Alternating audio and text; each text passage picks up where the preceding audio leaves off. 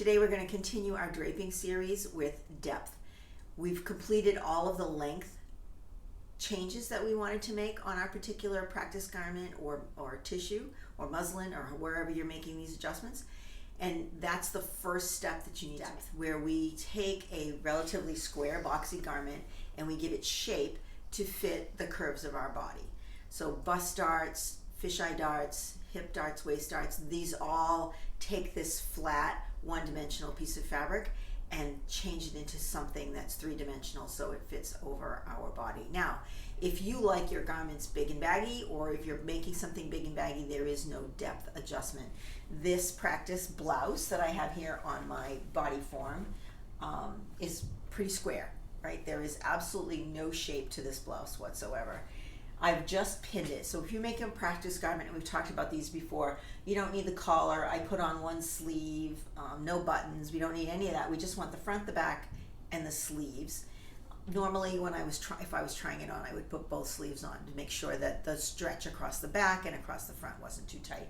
But for this particular circumstance, I just put one on so you can see how it looks. But you can see that this is like super boxy. And in the back, it's a men's style shirt. It has an inverted pleat on it. So we're not going to do a lot for the back because the back is made with this pleat already in it. We could make some changes to this if we need to, but for depth reasons, there's no need to make any changes there. That would be more circumference if there's too much fabric going around. So the first thing that we want to look at is shaping.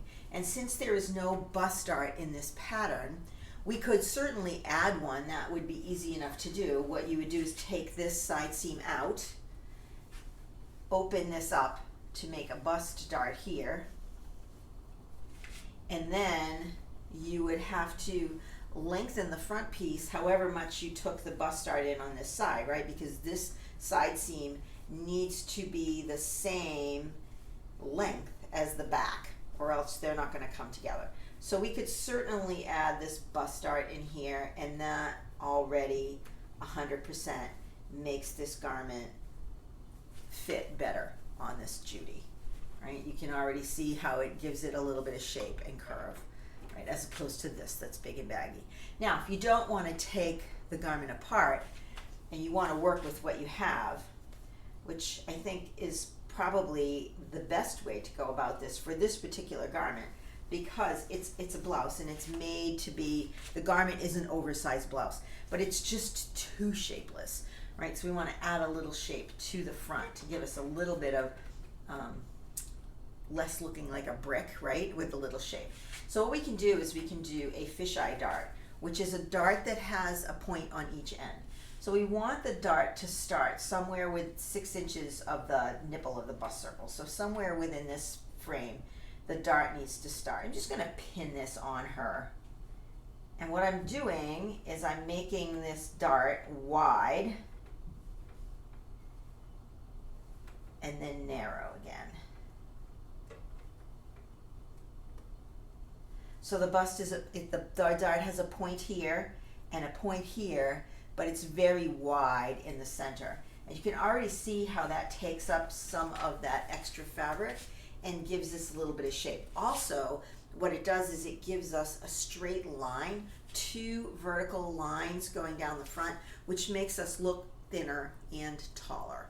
So I think that's a good option for this blouse, right? I'm gonna pull it back a little bit because it's a little big on this Judy.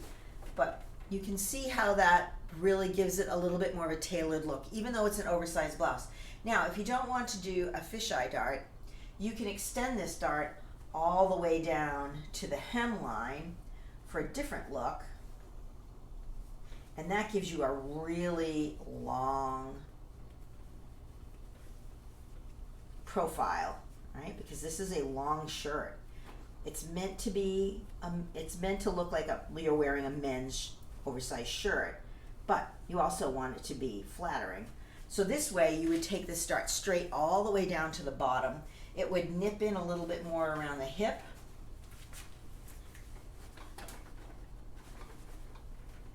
So it nips in a little bit more around the hip and takes away some of that excess fabric. You still have this kind of oversized men's look because you have the drop shoulders on the shirt, and it'll have a collar.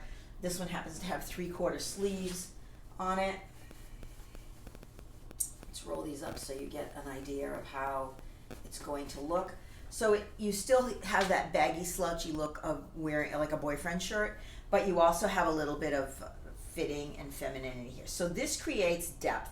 It scooches in this center part where we're our smallest, right underneath our bust line and our waistline, and it gives this shape and dimension. With the fisheye dart, where we end the dart here, for somebody that has larger hips or more of an hourglass figure, this would work better because we're creating the depth just in the center. A tip that I want you to think about when you're working with a practice garment, this garment's inside out. It's much easier to transfer these markings when it's on the inside of the garment, right? We want to work on the wrong side of the garment because now I can take this to the sewing machine and just stitch it. I don't need to transfer it from the front to the back. So if I was putting this on someone or on myself, I would pin it and then take it off. I would put it on inside out and pin it. So you want to pin whatever open seam is closed, pin it closed. So there would be buttons here on a dress. There might be a zipper in the back, so you would pin that, or on a pair of pants, you just leave the fly open or the side zipper and pin that closed so you know that the fit is correct. So that's how we would fit this particular garment. We would do the same thing on the other side. If it was a traditional blouse and you wanted to have a real fitted style, you could also put these fisheye darts in the back. And you want them, the center of the dart to be 4 inches from center. So from here to here, 4 inches on center. And you also want to make sure I'm pinning these on the standing up on the body. I would lay this down, make sure this is straight, 4 inches all the way, and equidistant, that they both started at the same spot and they ended at the same spot. And again, you could do the same thing on the back. You could put those 2 fisheye darts in the back, and it would give you a very feminine look to a blouse. Maybe not, this isn't the right blouse for that, but if you were doing a really nice fitted dress, like a white blouse, and you wanted something really fitted, you would put darts in the back and in the front. And if it was too big in the back, you could, that's one option to give it some depth. You can put the darts there. It would also help for somebody that has a larger hip. You could add these darts in here, and it would, or a smaller waist, and it would scooch this in and take this out. Now, there's no depth in this, it's just big. And we'll deal with how big this is when we start looking at circumference, because it's not the fact that it doesn't give a curve. There's plenty of room for the curve. It's the fact that there's just too much here, right? All right, so let's look at how we would work a pair of pants to make depth on a pair of pants. And we're going to talk about pants and depth. When you make a pair of pants, the pattern that you want to use, the measurement that you want to go by, is the hip measurement. Traditionally, that's the largest part of our body. It's much easier to make the garment come into our waist than it is to make it go out to the hip. So here I have a pair of pants without the waistband on. This is a practice garment. They happen to be knit, but you can do this with a woven. So you can see, obviously, the waistband isn't on, so they're too big. These are an elastic waist pants, so there is very little depth draping on these. What happens is the elastic makes the depth because it makes it smaller and then makes the hip bigger, but we're going to avoid that. We're going to actually put darts in. So essentially what we want is we want to take this measurement, which on this pant is the same as the waist measurement, and we want to make this waist smaller. So again, we're working about 4 inches off of center, and we're going to just pinch the garment in. And remember, when we take things in, we want to take them equally all the way around as best we can. And darts are a perfect way to do that, because what we're going to do is just gradually, we're going to start wider here and gradually get, I'm going to make, this is like a 3-inch dart. Gradually, so we start wide and then make it smaller. And I'm going to mirror that on this side. Now this, if I was going to put a waistband on these pants, this is going to change the dimension of the waistband, obviously. It's going to make it smaller.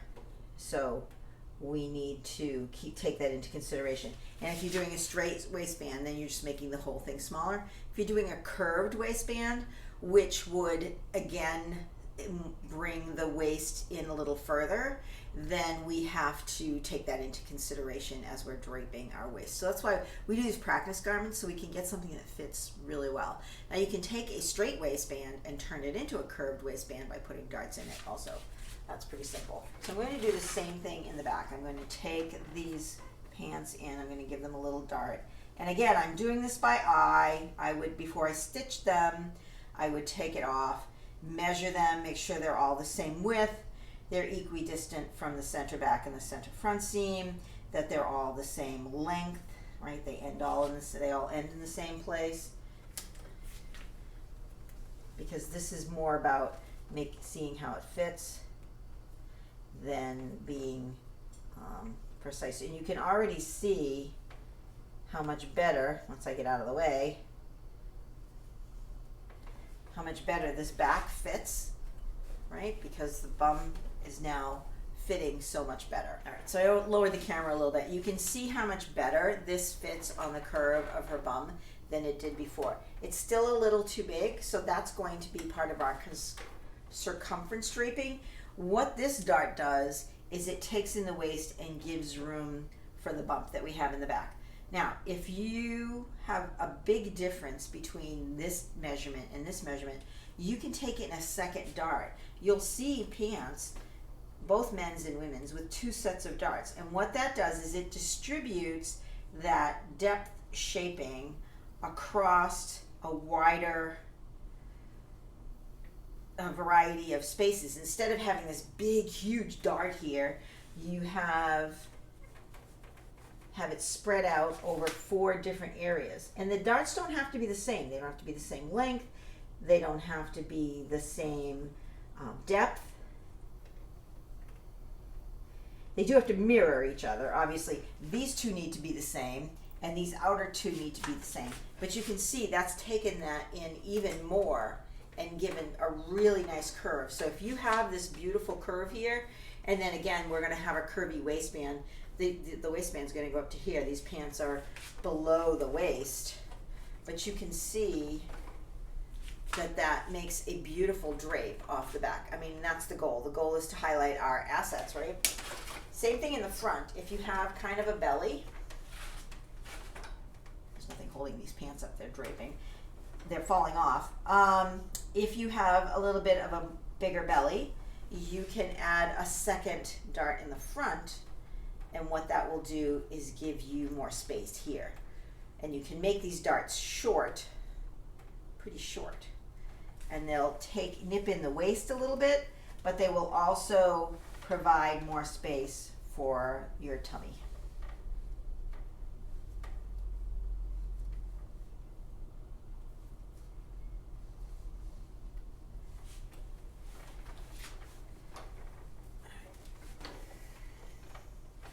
Just need to pin them up because they're still too big.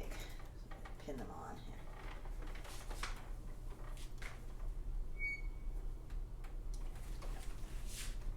So you can see that would give you a little bit more dimension down here. I would shorten these up. If you had a big tummy, I would just shorten these up a little bit. And that will nip this part in, and yet it'll give you extra room down here for whatever you need. But yeah, that is draping the dimension for a hip on a pair of pants. Same process for a skirt. Also the same process for a dress. You'll see dresses that have waistbands and darts down here if they're fuller or narrow. Say you want like a super uber fit pencil skirt. This is how you would accomplish that, right? With darts, little tiny darts that are equidistant from the center, again, and balanced in the front and the back, depending on where you need them. I mean, you can put no darts in the front if you have a little flat tummy and you want no darts in the front, just flat fabric, and then darts in the back to accommodate that bump that's going on in the back. That's the part of making your own garment that's perfect, right? You get it to fit your body the way your body wants, the way you want to wear your garments draped on your body. So that is how we add dimension and depth to the lower part of our garments. So until next time, thank you for watching my draping series, and please subscribe to my channel. Check out my website, and we will talk to you soon. Happy sewing. Bye.